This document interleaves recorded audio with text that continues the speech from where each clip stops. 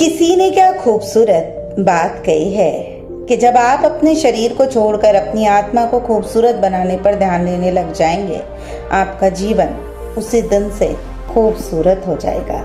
नमस्कार दोस्तों, ईश्वर सदैव आपका भला करे और आपकी झोलियां ईश्वर के आशीर्वाद से हमेशा भरी रहे। तो दोस्तों, आज बात करेंगे इस विषय में कि क्या आत्मा वास्तव में होती है। बहुत सारे साइंटिफिक रिसर्चेस में भी इसके बारे में ढूंढा गया और आपको पता है कि हमारा हिंदू धर्म बहुत सालों से, सदियों से इस बात पर विश्वास करता है कि ये जो हमारा शरीर है ये हमेशा मरता है, ये नाशवान है, लेकिन आत्मा की यात्रा निरंतर होती रहती है। हमारे धर्म ग्रंथ भी इससे भरे पड़े हैं। चलिए आज एक बड़ी खूबसूरत कहानी से आत्मा क्या होती है, क्या वास्तव में आत्मा होती है, इसके महत्व को समझने का प्रयास करेंगे। प्रातःकाल का समय था। गुरुकुल में हर दिन की बातें गुरुजी अपने शिष्यों को शिक्षा दे रहे थे और आज का विषय था आत्मा। आत्मा के बारे में बताते हुए गुरु ने कहा कि गीता का यह श्लोक, जिसका अर्थ है कि आत्मा को न शस्त्र छेद सकते हैं, न अग्नि जला सकती है, न जल उसे गला सकता है और न हवा उसे सुखा सकती है, इस आत्मा का कभी भी विनाश नहीं हो सकता और ये आत्मा अजर, अमर, अविनाशी है। अब यह बात सुनकर एक शिष्य को जिज्ञासा हुई। वो बोला, किंतु गुरुदेव, ये कैसे संभव है? यदि आत्मा का अस्तित्व है, वो अविनाशी है, तो भला वो इस नाशवान शरीर में कैसे वास करती और वो हमें दिखाई क्यों नहीं देती? क्या सचमुच आत्मा होती है? गुरुजी मुस्कुराए और बोले, पुत्र, आज तुम रसोई घर से एक कटोरा दूध ले आना और उसे सुरक्षित अपने कमरे में रख देना और कल इसी समय वो कटोरा लेकर यहाँ उपस्थित हो जाना। अगले दिन शिष्य कटोरा लेकर उपस्थित हो गया। गुरु ने पूछा, क्या दूध आज भी पीने योग्य है? शिष्य बोला, नहीं गुरुजी, ये तो कल रात ही फट गया था, लेकिन इसका मेरे प्रश्न की आत्मा है या नहीं है, इससे क्या लेना देना? तो गुरु ने शिष्य की बात काटते हुए बोला, आज तुम रसोई में जाना और एक कटोरा दही ले जाना और कल इसी समय वो कटोरा लेकर यहाँ उपस्थित हो जाना। अब अगले दिन शिष्य सही समय पर उपस्थित हो गया। गुरु ने पूछा, क्या दही आज भी उपयोग हेतु ठीक है? शिष्य बोला, हाँ गुरुजी, वो दही आज भी ठीक है।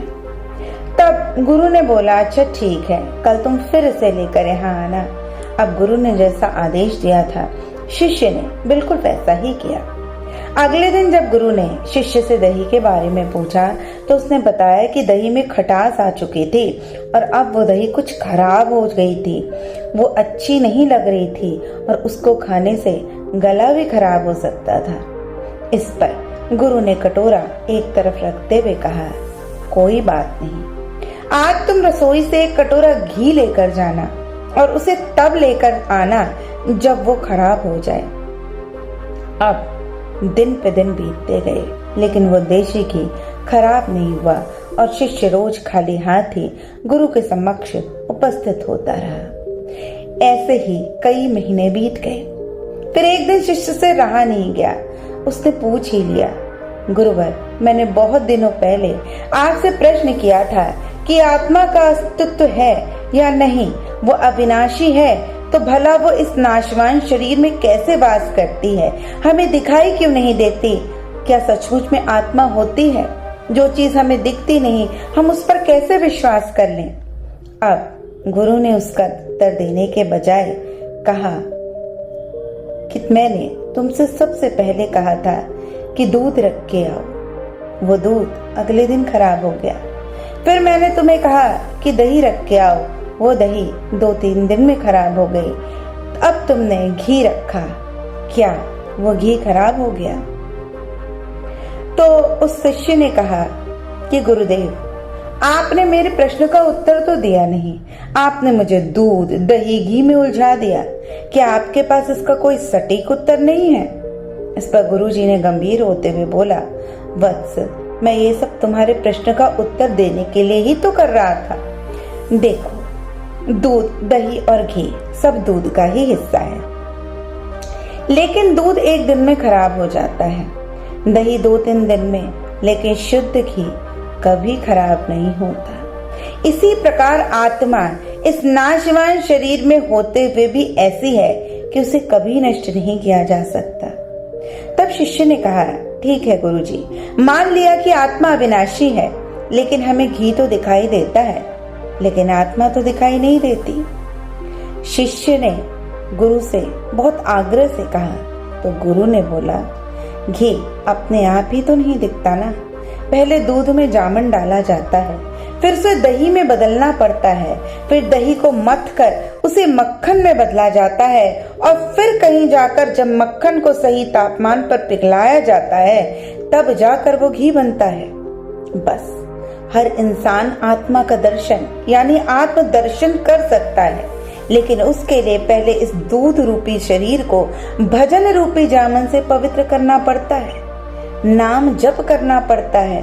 उसके बाद अपने कर्म की मथनी से शरीर को दीन दुखियों की सेवा में मथना होता है, और सालों साल तक साधना व तपस्या की आंच पर इसे धीरे धीरे धीरे तपाना होता है। और जब ये बिल्कुल तप जाता है तब कहीं जाकर जैसे घी दूध से अलग हो जाता है, उसी प्रकार व्यक्ति अपने आत्मा और उस परम पिता अर्थात परमात्मा के भी दर्शन को पा सकता है।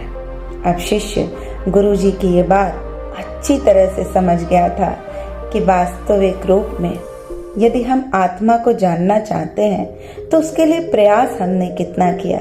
हम बस ये चाहते हैं कि हम आज चुटकी बजाएं और हमें आत्मा परमात्मा सबके दर्शन हो जाएं, लेकिन क्या हमने अपने आप को कर्म रूपी मथनी से मथा?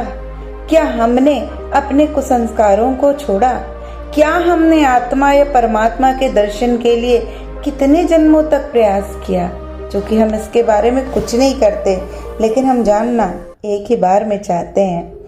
लेकिन वही स्थिति उस शिष्य की थी, लेकिन आज उस शिष्य को अपने गुरु द्वारा बताए रास्ते से उसकी जिज्ञासा का समाधान हो गया, और उसने अपने गुरु के चरण स्पर्श किए और अपने आत्मा के दर्शन के मार्ग पर आगे बढ़ गया।